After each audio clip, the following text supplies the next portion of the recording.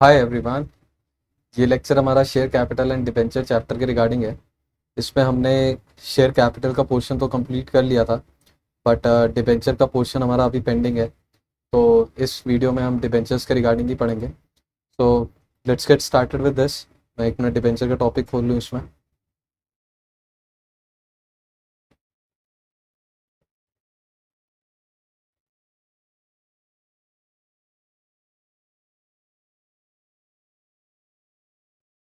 सो अब ये हमारा यहाँ से स्टार्ट होता है डिबेंचर का टॉपिक। इस चैप्टर का सेकंड पार्ट है ये, डिबेंचर्स। अब डिबेंचर्स से हम एग्जैक्टली समझते क्या हैं, इससे पहले हमने शेयर कैपिटल पढ़ा है कि भाई शेयर कैपिटल कंपनी की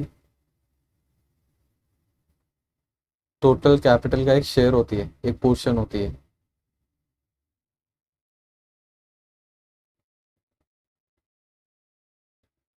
राइट। अब कैपिटल का मतलब क्या होता है कि भाई ये फंड्स कंपनी के पास आ गए और कंपनी को इससे किसी को रिटर्न करने की लायबिलिटी नहीं है। कैपिटल मतलब नॉट अ लायबिलिटी।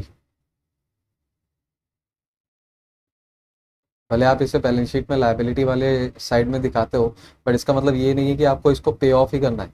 अगर आपने पे ऑफ नहीं कर पाए ना, तो ऐसा नहीं है कि आप बिल्कुल कंपनी ने कोई कंपनी के ऊपर कोई लीगल लायबिलिटी क्रिएट हो जाएगी। राइट। ऐसा कुछ नहीं है। नहीं पे कर पाए, कंपनी के पास पैसा नहीं है, नहीं पे कर पाए, दैट्स फाइन। बट सिमिलरली अगर कंपनी को लोन लेना है, तो लोन वो कहाँ से नॉर्मली ले सकती है? बैंक से या प्राइवेट प्लेसमेंट से। बेसिकली किसी स्पेसिफिक पर्सन के पास चले गए, उससे बोला कि भाई आप हमें लोन दे दो, हम इतने के इंटरेस्ट पे आपको रिटर्न कर देंगे। बट अगर हमें लोन लेना है पब्लिक से, पब्लिक से मतलब 100 100 रुपए के डिबेंचर्स इशू करेंगे हम। जैसे हम शेयर्स बोलते थे ना कैपिटल में, कि हमने शेयर कैपिटल का एक शेयर इशू किया है, वैसे ही अगर हमें पब्लिक से लोन लेना है ना, तो हम पब्लिक को डिबेंचर्स इशू करते हैं। डिबेंचर बोलते हैं या बॉन्ड्स बोलते हैं। और ये सब आपको पे बैक करना पड़ता है विद इंटरेस्ट। राइट। अगर कैपिटल पे आपको डिविडेंड पे करते हो रिटर्न में, बट आप डिबेंचर्स के रिटर्न में क्या पे करते हो? इंटरेस्ट। और ये लाइबिलिटी साइड में दिखाया भी जाएगा, और liable to be paid off होगा। अगर आप ये नहीं पे कर पाए ना, तो आपकी कंपनी बंद करवाने के चांसेस हो सकते हैं कि भाई आप अपनी लाइबिलिटीज ही नहीं पे कर पा रहे हो, तो आप बिजनेस क्यों ही करो, बंद कर दो। इन्वेस्टर्स का पैसा आपने लिया, लोन लिया, और आप उसे रीपे नहीं कर पा रहे हो, तो दैट डजंट मेक सेंस ना। तो majorly debentures are like a loan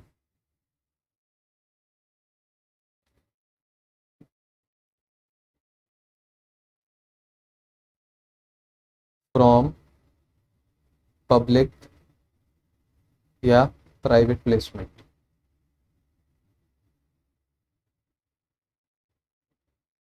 आप डिबेंचर एक तरीके से सर्टिफिकेट होता है कि भाई कंपनी ने इतने का अमाउंट आपसे लिया हुआ है, और इतने का इंटरेस्ट आपको पे करेगी, और इस पर्टिकुलर डेट पे आपको ये अमाउंट रीपे भी हो जाएगा, प्रिंसिपल अमाउंट बेसिकली। तो अब हम डेफिनेशन वगैरह देख लेते हैं एक बार, इसकी डेफिनेशन क्या है। डिबेंचर इंक्लूसिव डेफिनेशन है ये। डिबेंचर स्टॉक, बॉन्ड्स और any other instrument of a company evidencing a debt. Basically loan है, डेट है जो आपको रीपे करना है, whether constituting a charge on the assets of the company और नॉट। तो बेसिकली ये जो डिबेंचर्स होते हैं ना, ये सिक्योर्ड भी हो सकते हैं और अनसिक्योर्ड भी हो सकते हैं। अभी आप रजिस्ट्रेशन ऑफ चार्ज के चैप्टर में पढ़ोगे कि अगर आपका कोई भी लोन, कंपनी कोई भी लोन सिक्योर्ड लेती है ना, तो उसको चार्ज रजिस्टर करवाना पड़ता है।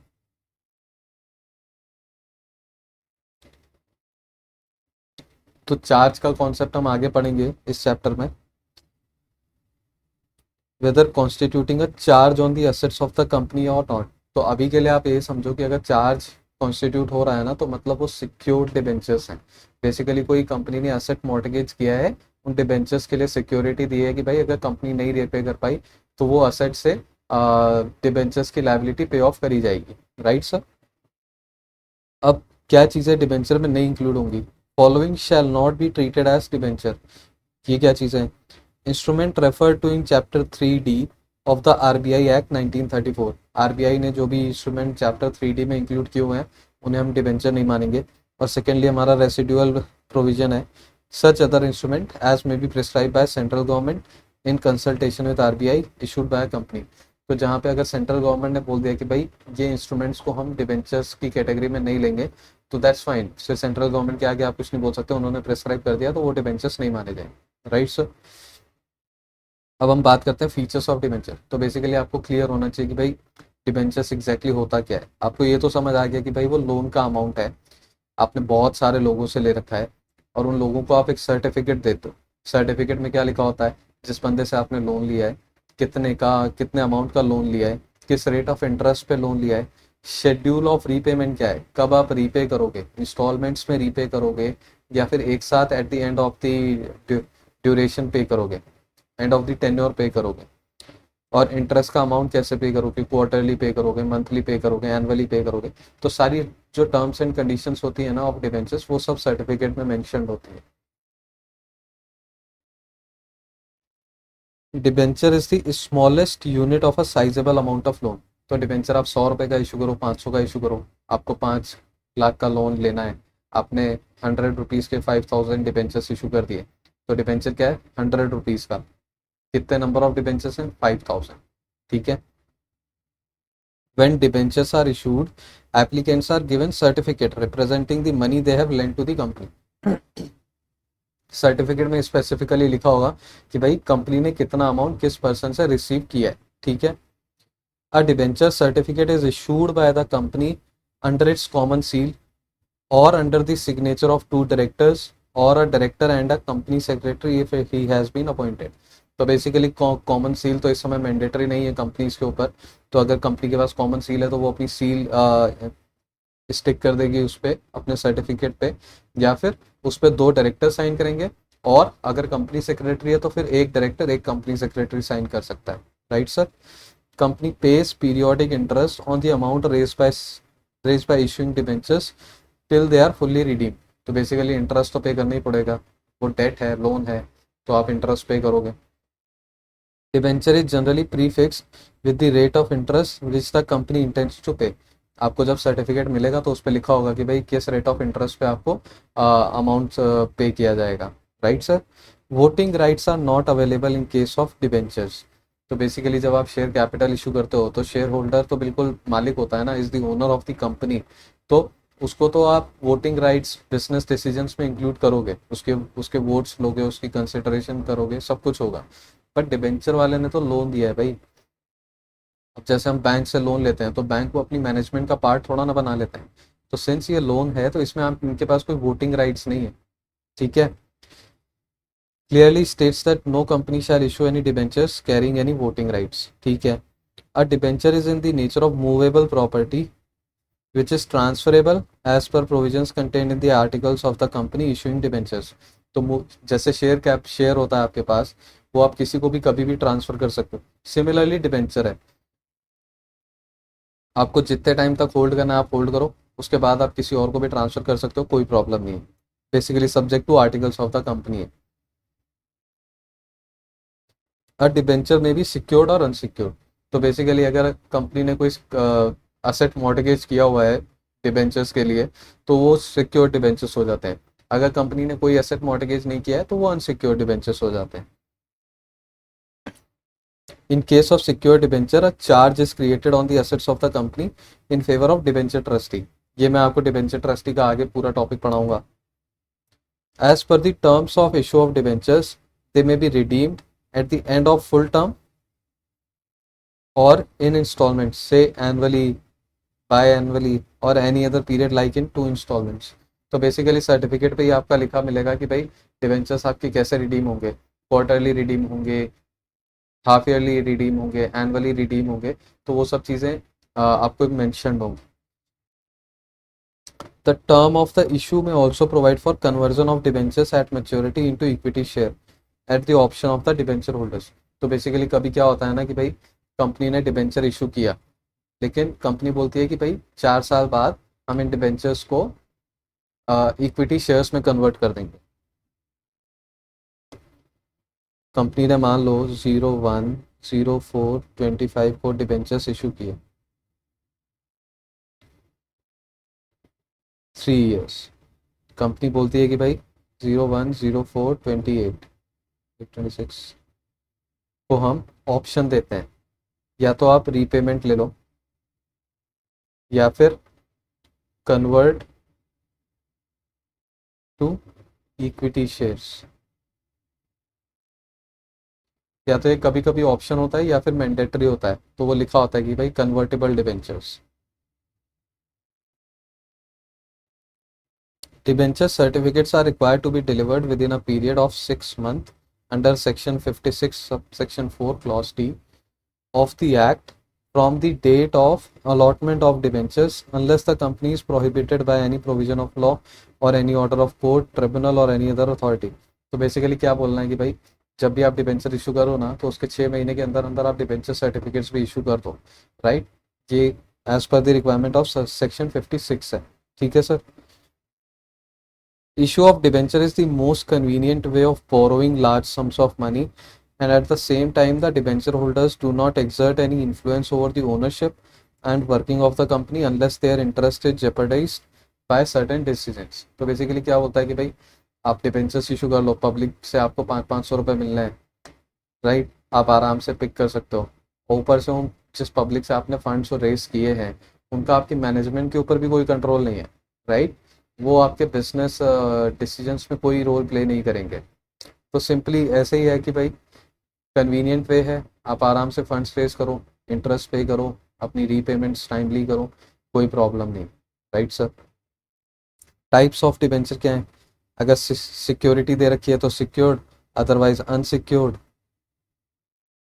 कन्वर्टिबिलिटी टू शेयर्स, अगर कन्वर्टेबल है तो कन्वर्टेबल बोलेंगे, नहीं कन्वर्टेबल है तो नॉन कन्वर्टेबल बोलेंगे। रिडीमेबिलिटी, कि भाई रीपेमेंट होगा डिबेंचर्स का कि नहीं होगा, तो अगर रिडीमेबल है तो redeemable debentures, otherwise irredeemable debentures. Manner of issue of debenture and applicable provisions थे। अब डिबेंचर्स इशू करने के रिगार्डिंग आपको क्या क्या चीज़ें ध्यान में रखनी पड़ेंगी, उस पर बात करते हैं। Issue of debenture with an option to convert. A company, if authorized by passing SR at general meeting, then it may issue debenture with an option to convert such debentures into shares, either wholly or partly at the time of redemption। अब convertible debentures issue करने के लिए company को SR पास करने की क्यों ज़रूरत है? क्योंकि भाई इन फ्यूचर जब ये डिबेंचर्स इक्विटी शेयर में कन्वर्ट होंगे तो एग्जिस्टिंग शेयर होल्डर्स की जो शेयर होल्डिंग है वो डाइल्यूट हो जाएगी, क्योंकि और शेयर्स बढ़ जाएंगे कंपनी में, तो उनकी वोटिंग राइट्स पे अफेक्ट करेगा। तो इसलिए भाई कंपनी के मेंबर्स को पहले अग्री करना पड़ता है कि भाई वो कन्वर्टेबल डिबेंचर्स इशू करने के लिए रेडी है। No voting rights, company shall no company shall issue any debenture carrying any voting right. तो बेसिकली डिबेंचर्स पे आप वोटिंग राइट तो नहीं दे सकते। Issue of secure debentures, secure debentures में भी इशू मैंडेटरी नहीं है, आप सिक्योर्ड इशू करना चाहते हो सिक्योर्ड भी इशू कर सकते हो। Issued by a company subject to such terms and conditions as are prescribed in Rule 18(1) which are explained below। तो अगर आप सिक्योर डिबेंचर्स इशू कर रहे हो ना, तो उनके रिगार्डिंग कंडीशंस आगे दे रखी है, ठीक है। Maximum period of secure debentures, the tenor of secure debentures shall not be more than 10 years from the date of issue except in the following case where tenor can be up to 30 years। तो basically जब भी आप secure debentures issue करते हो ना, तो वो normally आप 10 years के लिए ही इशू कर सकते हो। बट कुछ केसेस है जहाँ पे आपकी टाइमलाइन एक्सटेंड कर दी जाती है और बोला जाता है कि भाई आप 30 years तक के लिए डिबेंचर्स इशू कर सकते हो। तो 30 years के लिए कहाँ पे आप डिबेंचर्स इशू कर सकते हो, वो केसेस देख लेते हैं। Company engaged in setting up of infrastructure project, अगर इंफ्रास्ट्रक्चर प्रोजेक्ट के लिए डिबेंचर्स रेस किए जा रहे हैं तो वहाँ पे आप 30 years तक का टाइम पीरियड ले सकते हो। Infrastructure finance companies as defined in NBFC prudential norms RBI directions 2007। तो ये जो भी इंफ्रास्ट्रक्चर फाइनेंस कंपनीज है ना, ये 30 years के लिए डिबेंचर्स इशू कर सकते हैं। इंफ्रास्ट्रक्चर डेट फंड NBFC, ये 30 years के लिए डिबेंचर्स इशू कर सकती है। ये सब डिफाइंड है infrastructure debt fund NBFC RB directions 2011, ठीक है sir. Companies permitted by ministry और department of the central government और बाय RBI और बाय NHB और by any other statutory authority to issue debentures for a period exceeding 10 years। तो अगर कोई और कंपनी को ऑथराइजेशन मिल रहा है कि भाई वो 10 साल से ज़्यादा के पीरियड के लिए डिबेंचर्स इशू कर सकता है, तो जब ऑथराइज्ड है, उसको सेंट्रल गवर्नमेंट का कोई डिपार्टमेंट या एजेंसी सर्टिफाई कर रही है, तो क्या प्रॉब्लम है, वो ज़्यादा पीरियड के लिए इशू कर सकता है, right sir. Appointment of debenture trustee. अब मान लो हमने पब्लिक को डिबेंचर्स इशू किए, मान लो 1500 लोगों को हमने डिबेंचर्स इशू किए। अब उन 1500 के कंसर्न्स के लिए कोई एक बंदा उनका रिप्रेजेंटेटिव होना चाहिए ना, कि भाई जब भी कोई प्रॉब्लम होगी तो 1500 लोग हमारे ऑफिस में आके हमसे बात करेंगे। वैसे नहीं चल पाएगा ना, क्योंकि एक बंदा रिप्रेजेंटेटिव होगा तो वो आराम से उनके बिहाफ पे बात कर सकता है। तो उसी को बोलते हैं हम डिबेंचर ट्रस्टी, कि भाई वो उनके बिहाफ पे उनके कंसर्न्स कंपनी के आगे रखेगा, right sir. Debenture trustee shall be appointed by company before the issue of prospectus और letter of offer for subscription of its debenture. तो जब भी प्रोस्पेक्टस इशू होगा ना, या फिर ऑफर लेटर रिलीज होगा, उससे पहले ही डिबेंचर ट्रस्टी अपॉइंट कर लेगी company. Security bye creation of charge. अगर सिक्योरिटी दे रखी है ना कंपनी ने, तो उस पर चार्ज क्रिएशन के प्रोविजंस लगेंगे और चार्ज क्रिएट करवाना पड़ेगा। Security for the debenture can be provided by way of creating a charge और mortgage in favour of debenture trustee. Debenture trustee के फेवर में करोगे आप, मतलब अगर 1500 लोगों से डिबेंचर्स रेस किए हैं और हमें चार्ज क्रिएट करना है, तो मैं 1500 लोगों का नाम थोड़ा ना उसमें दे सकता हूँ, उनको जो बंदा रिप्रेजेंट कर रहा है जो कि डिबेंचर ट्रस्टी है, तो हम केवल उसके रिगार्ड में चार्ज क्रिएट कर देंगे, राइट सर। तो चार्ज आप किस पे क्रिएट कर सकते हो, movable property of the company, या फिर उसकी सब्सिडरी या होल्डिंग या एसोसिएट पे, या फिर immovable property wherever situated और एनी इंटरेस्ट देयर। तो बेसिकली मूवेबल हो या इमूवेबल प्रॉपर्टी आप चार्ज क्रिएट कर सकते हो, वो एज अ सिक्योरिटी कंसिडर की जाएगी अगेंस्ट द डिबेंचर्स, ठीक है सर। अब जो हम सिक्योरिटी ले रहे हैं उसकी वैल्यू ऑब्वियसली डिबेंचर्स प्लस उन पे एप्लीकेबल इंटरेस्ट की वैल्यू से ज़्यादा होनी चाहिए, राइट। अगर उससे कम की हुई तो फिर हमारी डिबेंचर सिक्योर्ड कैसे हुए।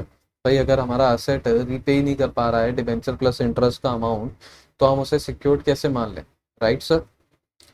वैल्यू ऑफ सच असेट्स और properties upon which charge is created shall be sufficient for the due repayment of the amount of debenture and interest thereon. Debenture plus interest का amount आप repay करने के capable होना चाहिए वो asset जो भी आप मॉर्टगेज कर रहे हो।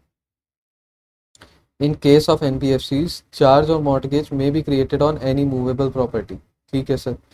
इन case of any issue of debenture by government company, अगर गवर्नमेंट कंपनी डिबेंचर्स इशू कर रही है और वो फुल्ली सिक्योर्ड है by the guarantee of central government, central government ने बैक किया हुआ है कि भाई अगर कंपनी नहीं रीपे कर पाई तो हम पे रीपे कर देंगे, तो उस केस में चार्ज क्रिएशन और 10 ईयर्स की लिमिट्स या फिर XYZ ये सब प्रोविजंस एप्लीकेबल नहीं रहेंगे।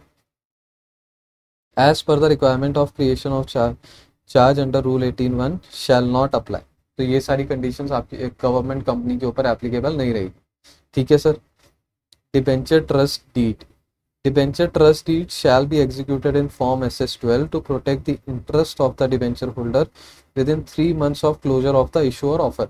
तो बेसिकली डिबेंचर ट्रस्टी के साथ आप एक डिबेंचर ट्रस्ट डीड क्रिएट करोगे, और वो सारा आप ऑथराइज करते हो डिबेंचर ट्रस्टी को कि भाई ये डिबेंचर होल्डर्स को रिप्रेजेंट कर रहा है, और इसकी टाइम लिमिट क्या है कि भाई आप 3 month of closure of the issue में आप कंप्लीट कर लो ये डिबेंचर ट्रस्टी इन फॉर्म SS-12, ठीक है सर। अब एक रिक्वायरमेंट आती है डिबेंचर रिडेम्पशन रिजर्व की।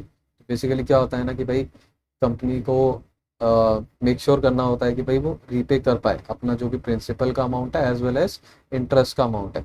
तो उसी के लिए लॉ में रिक्वायरमेंट है कि भाई आप अपना एक डिबेंचर रिडेम्पशन रिजर्व क्रिएट करके रखो, सो दैट कि अगर आगे कोई अनहोनी है, फोर्सिएबल फ्यूचर में कोई प्रॉब्लम है, तो ऐसा ना हो कि आप डिबेंचर्स का रीपेमेंट ही नहीं कर पा रहे हो, राइट। तो उस चीज़ को ध्यान में रखते हुए ये प्रोविजंस बनाए गए हैं रिगार्डिंग डिबेंचर रिडेम्पशन रिजर्व।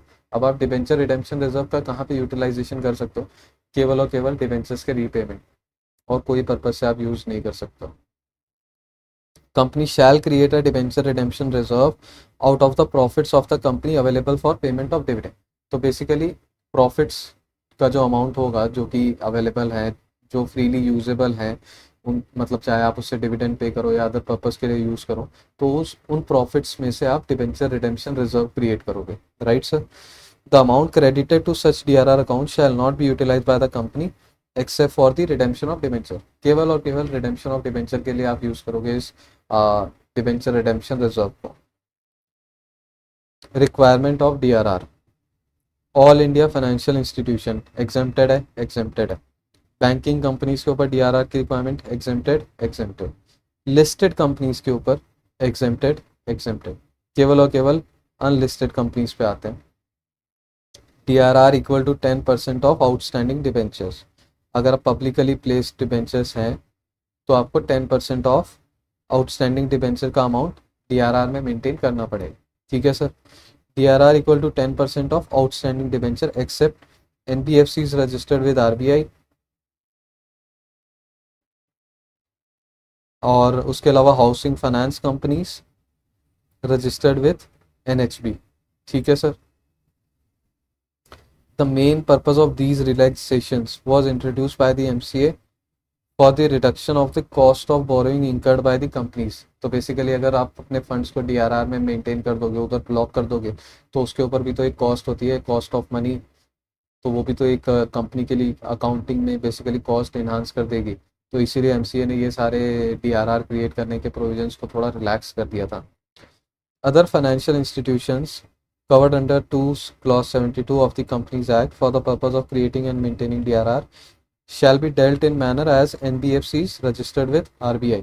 ठीक है sir. In case of partly convertible debenture, debenture redemption reserve shall be created in respect of non-convertible portion of debenture. तो बेसिकली डिबेंचर रिडेम्पशन रिजर्व का पर्पस क्या था कि भाई हम अपनी टाइमली लाइबिलिटीज पे कर पाएं ऑन दी डिबेंचर्स। अब मान लो कोई डिबेंचर है जो कि कन्वर्टेबल इनटू इक्विटी शेयर्स है, अब उसमें कंपनी को कुछ पे तो करना ही नहीं है, राइट। अब अगर कंपनी को कोई रीपेमेंट नहीं करना है तो जिस पोर्शन को रीपे नहीं करना है उस पोर्शन पे आपको DRR क्रिएट करने की रिक्वायरमेंट नहीं। वही बोलता है ये, इन case of partly convertible debenture DRR shall be created in respect of non convertible portion of debenture only. ठीक है सर। तो अब इसके आगे हम देखते हैं कि भाई आप डिबेंचर रिडेम्पशन रिजर्व्स को कैसे क्रिएट करते हो। बेसिकली जो आप अमाउंट सेग्रीगेट कर रहे हो उसको कहाँ इन्वेस्ट करोगे। By 30th April of each year an amount equal to 15% of debentures maturing during the financial year ending on the 31st day of March of the next year।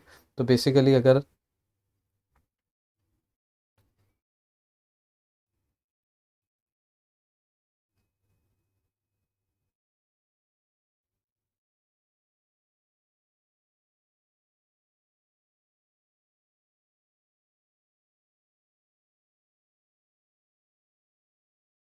अगर मैं आज 01/04/25 पे स्टैंडिंग हूँ, ठीक है, मैं इस डेट पे करेंटली हूँ, और मेरे को 30th अप्रैल तक डिबेंचर रिडेम्पशन रिजर्व क्रिएट करने का है, राइट।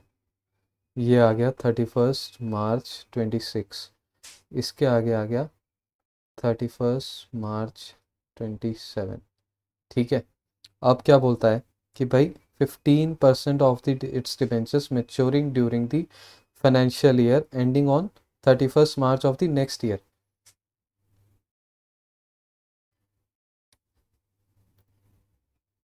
अब 01/04/25 इसका नेक्स्ट फाइनेंशियल ईयर क्या होगा, जो कि 31st March 27 पे एंड होगा, right.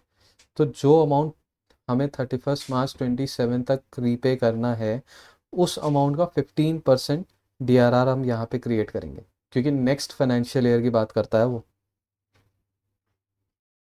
N amount equal to 15% of its debentures maturing during the financial year ending on the 31st day of March of the next year. अब 25-26 एक फाइनेंशियल ईयर है, उसका नेक्स्ट फाइनेंशियल ईयर क्या है, 26-27। तो जो भी फाइनेंशियल ईयर 31st March 27 पे एंड हो रहा है उसका हम DRR क्रिएट करेंगे बाय द 30th April 2025। अब ये फंड का आप क्या करोगे, शैल बी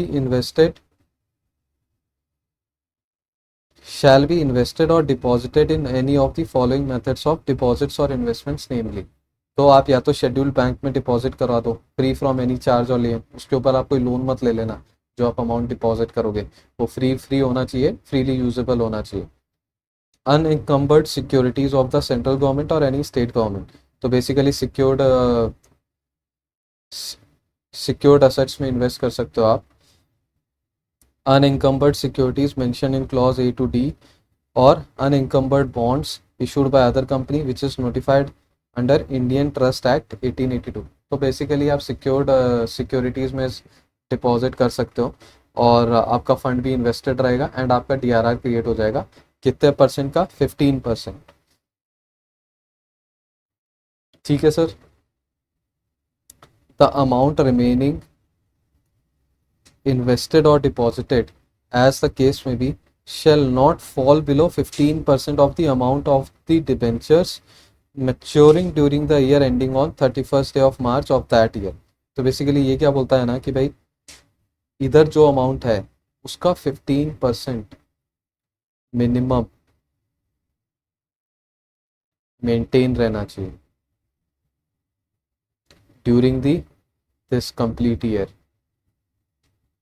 तो जो भी अमाउंट हमें 31 मार्च 2026 तक रीपे करना है ना उसका 15% तो आपका मिनिमम बैलेंस इन्वेस्टेड ही रहना चाहिए इनटू दी सिक्योरिटीज़ या फिर शेड्यूल्ड बैंक में आप बैंक अकाउंट खोल के इन्वेस्ट कर सकते हो. राइट. बाकी आपको मेंटेन कब तक के लिए करना है 31 मार्च 27 का अमाउंट देख के आपको 15% DRR क्रिएट करना है. Right sir. Restriction on issue of prospectus offer invitation to the public subsection 5.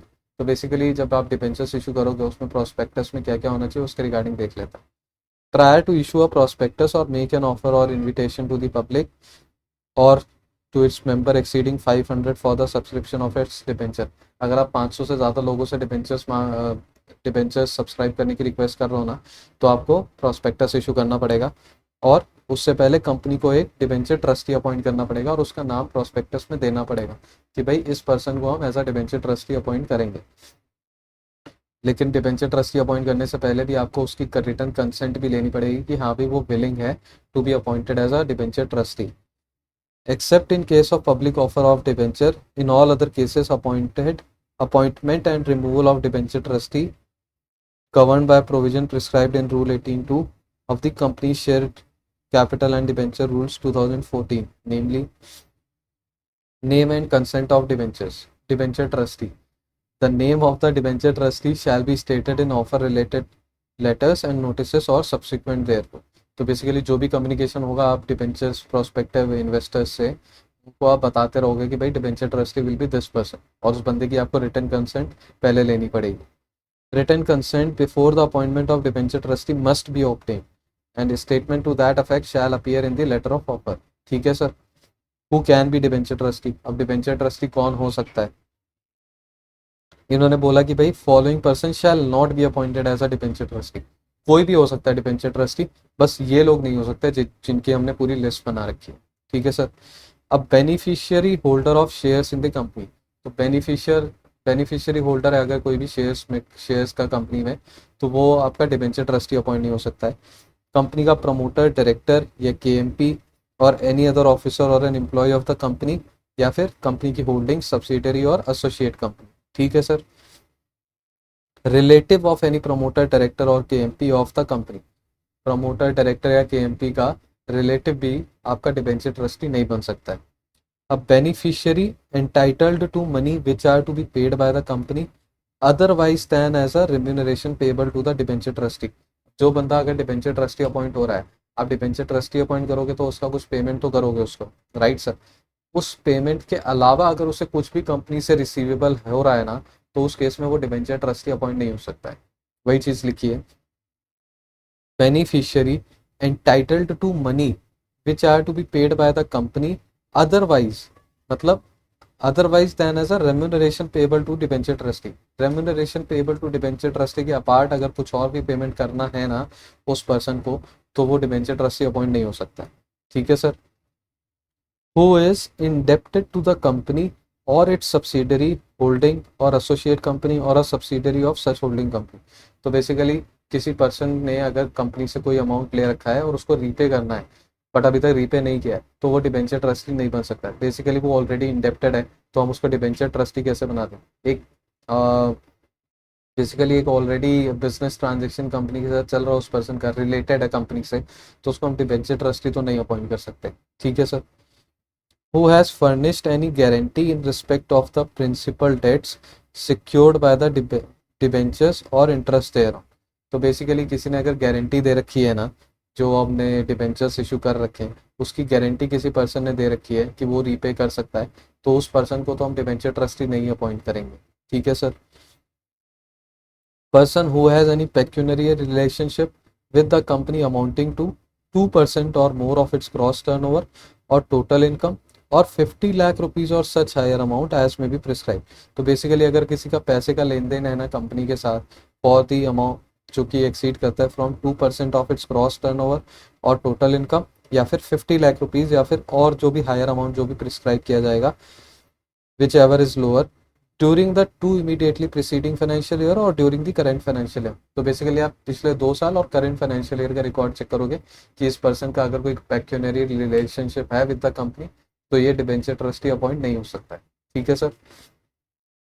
Removal of debenture trustee prior to his term. तो डिबेंचर ट्रस्टी को क्या आप अपने जिस टेन्योर के लिए वो अपॉइंट हुआ है उससे पहले हटा सकते हो क्या? बिल्कुल हटा सकते हैं सर।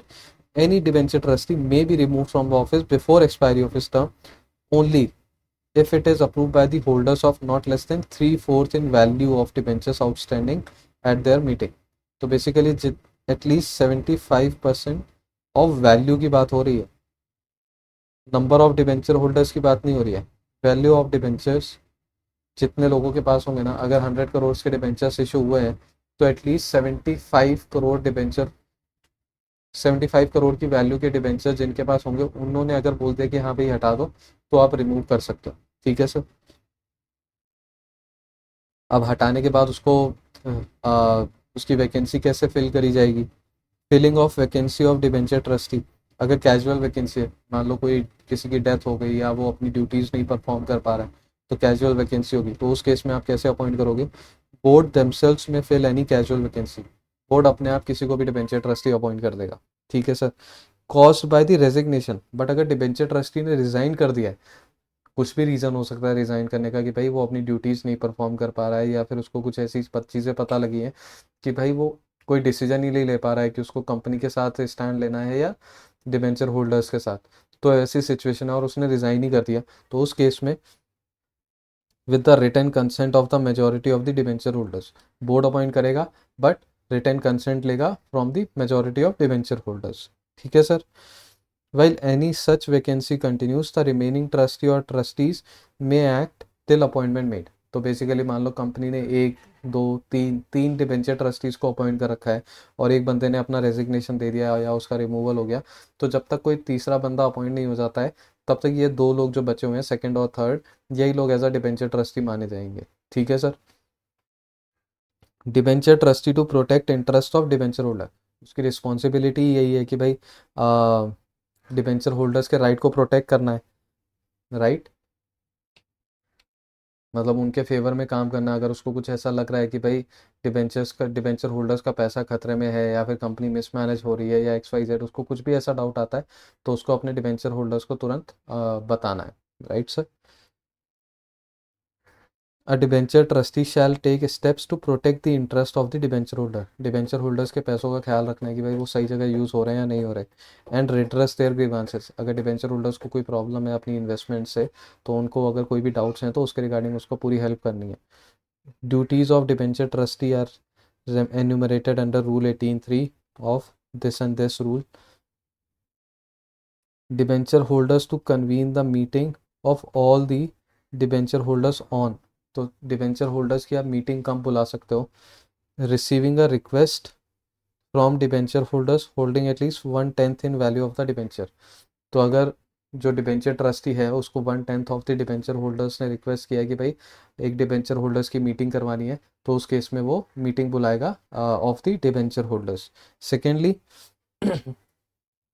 अगर कोई ऐसा इवेंट हुआ है happening of any such event which constitutes a breach of terms and condition of the debentures, या फिर डिफॉल्ट और which in the opinion of debenture trustee affects the interest of the debenture holder. Debenture holder को ऐसा लगता है कि भाई company में ऐसा कुछ इवेंट हुआ है जिसकी वजह से डिबेंचर होल्डर्स के इंटरेस्ट पे अफेक्ट हो सकता है, तो उस केस में वो सुओ मोटो एक डिबेंचर होल्डर्स की मीटिंग बुला सकता है। ठीक है सर। तो आप दो केसेस में डिबेंचर होल्डर्स की मीटिंग बुला सकते हो, या तो डिबेंचर होल्डर्स ने बोला है कि भाई एक मीटिंग कन्वीन कर लो, at least 1/10 of the debenture 1/10 of the value of debenture holders होने चाहिए। और सेकेंडली, अगर डिबेंचर ट्रस्टी को लग रहा है कि कुछ गड़बड़ है मामला, तो वो उस केस में डिबेंचर होल्डर्स की मीटिंग बुला सकता है। ठीक है sir. Liability of debenture trustee. Debenture trustee कब लायबल होगा? Where debenture trustee fails to show the degree of care and due diligence required of him as a trustee. जहाँ पे अगर डिबेंचर ट्रस्टी अपने काम ढंग से नहीं कर रहा है ना, या हमें लग रहा है कि भाई उसने जो काम करना चाहिए था वो किया ही नहीं, और हमारा इंटरेस्ट जो था वो सेव किए ही नहीं, तो उस केस में debenture trustee will be liable. Any provision that exempt और indemnify a debenture trustee from any liability for breach of trust. तो बेसिकली जो भी हमारा अभी डिबेंचर ट्रस्ट डीड बना था ना, उसमें जो भी टर्म्स एंड कंडीशंस हैं, उसमें हम लिखते हैं कि भाई debenture trustee will not be liable if XYZ ऐसा ऐसा केस हुआ। तो अगर ऐसा कुछ लिखा है ना उसमें, तो वो भी रूल ओवर कर दिया जाएगा, उसको भी नहीं माना जाएगा। शैल बी वॉइड किस केस में? A trust deed for securing the issue of debenture और any contract with debenture holder secured by trustee. ठीक है sir. Provided that the liability of the debenture trustee shall be subject to such exemptions as may be agreed upon by a majority of debenture holders holding not less than 3/4 in the value of the total debentures at a meeting held for the purpose। अब ये क्या बोलता है ना कि भाई जो भी डिबेंचर ट्रस्टी अगर अपनी काम ढंग से नहीं कर पाया, ही failed in exercising due care and diligence, तो उस केस में आप लाइबिलिटी तो उसकी क्रिएट कर दोगे। और अगर ऐसा कोई क्लॉज है आपकी ट्रस्ट डीड वगैरह में, ट्रस्ट डीड या फिर कोई कॉन्ट्रैक्ट है डिबेंचर ट्रस्टी के साथ, तो उसमें अगर ऐसा कोई क्लॉज है कि जो भी उसको इंडेमनीफाई करता है, एग्जाम करता है फ्रॉम द लाइबिलिटीज, तो वो सारे क्लॉज शैल बी वॉइड। तो बेसिकली अब आगे क्या बोलता है ना कि जो भी आप लाइबिलिटी डिटरमाइन करोगे डिबेंचर ट्रस्टी की, provided that the liability of debenture trustee shall be subject to such exemptions, उसके लाइबिलिटी में आप थोड़ा रिलैक्सेशन दे सकते हो, बट कैसे दोगे? As may be agreed upon by majority of debenture holders holding not less than 3/4 in value of the total debentures at a meeting held for the purpose. तो basically अगर 75% of the value of debenture holders, अगर उसको थोड़ा relax करना चाहते हैं ना कि भाई डिबेंचर ट्रस्टी की इतनी लाइबिलिटी नहीं होनी चाहिए, तो अगर उन 75% of value of debenture holders ने एग्री कर दिया ना, तो उस केस में उसको एग्जाम कर सकते हैं। Right sir.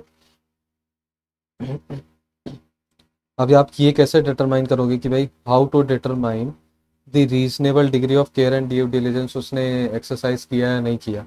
Means a yardstick to determine failure, one have to determine in regard to the provisions of the trust deed conferring any power, authority or discretion on such debenture trustee।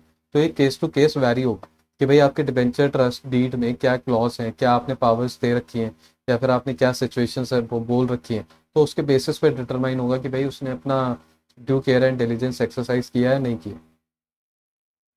To pay interest and redeem debenture, a company shall pay interest and redeem debentures in accordance with the terms and condition of their issue। तो जब भी debentures issue होंगे उन पे आपको interest भी पे करना है और प्रिंसिपल अमाउंट भी रीपे करना है। Filing of petition before tribunal by debenture trustee. Debenture trustee किन केसेस पे ट्रिब्यूनल के आगे पिटिशन फाइल कर सकता है? where debenture trustee reach to conclusion that the assets of the company are insufficient or are likely to become insufficient to discharge the principal amount, and when it becomes due may file a petition before the tribunal। तो basically ऐसा नहीं है कि debenture trustee देखता रहेगा कि भाई कब ये एसेट्स इतने कम हो जाएं कि भाई ये अपने डिबेंचर ट्रस्टी का प्रिंसिपल अमाउंट रीपे ना कर पाए। अगर उसको ऐसी भनक भी लग रही है ना कि आगे जाके कंपनी के पास इतने एसेट्स बचेंगे ही नहीं कि भाई डिबेंचर ट्रस्टी का डिबेंचर होल्डर्स का रीपेमेंट हो सके, तो उस केस में debenture trustee will file a petition with the tribunal. तो ट्रिब्यूनल क्या ऑर्डर पास कर सकता है? To impose restriction on the incurring of any further liabilities by the company as it may consider necessary in the interest of debenture holder. या तो tribunal ये बोल सकता है कि भाई अब कंपनी और कोई लोन नहीं उठा सकती है जब तक वो अपने डिबेंचर ट्रस्टी का डिबेंचर होल्डर्स का रीपेमेंट सिक्योर नहीं कर देती। और ये कब? After hearing the company and any other person interested in the matter. ठीक है sir. Order of tribunal on failure to redeem debenture pay interest. अब कंपनी फेल हो गई, पे ही नहीं कर पा रही है, ना इंटरेस्ट ना ही principal amount. Where a company fails to redeem the debentures on the date of their maturity or fails to pay interest on debenture when it is due, जिस दिन इंटरेस्ट का अमाउंट ड्यू था उस दिन interest का amount repay नहीं किया, या फिर डिबेंचर्स जब ड्यू थे वो रीपे नहीं कर पा रहे। After hearing the parties concerned on the application of any और all of the debenture holder और debenture trustee, tribunal may direct on the company to redeem the debentures forthwith on payment of principal and interest due thereon. तो tribunal order करेगा भाई company को कि भाई तुरंत के तुरंत विद इमीडिएट इफेक्ट आप जो भी अमाउंट ड्यू है ऑफ द डिबेंचर होल्डर्स वो आप रीपे करें। Specific performance of the contract. Specific performance मतलब स्पेसिफिक परफॉर्मेंस एक तरीके का ऑर्डर होता है कि भाई आप ये काम करो, आप ये परफॉर्मेंस स्पेसिफिकली करके दो मेरे को, right sir. A contract with the company to take up and pay for any debenture of the company may be enforce by decree for specific performance. Tribunal ने अगर बोल दिया कि रीपेमेंट करना है तो आपको करना ही है, तो वो इन्फोर्सिएबल है। ट्रिब्यूनल ने अगर ऑर्डर दिया तो कंपनी के को मैंडेटरीली उससे कंप्लाई करना ही है।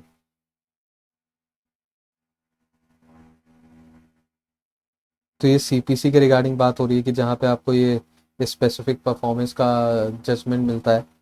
Specific performance means forcing any other party to perform is part of contract through courts decree. तो बेसिकली जब कोर्ट बोलता है कि भाई स्पेसिफिक परफॉर्मेंस करो, जैसे हमारे केस में ट्राइब्यूनल ने बोला कि भाई रीपेमेंट करो, तो कंपनी को रीपेमेंट करना ही है, राइट सर।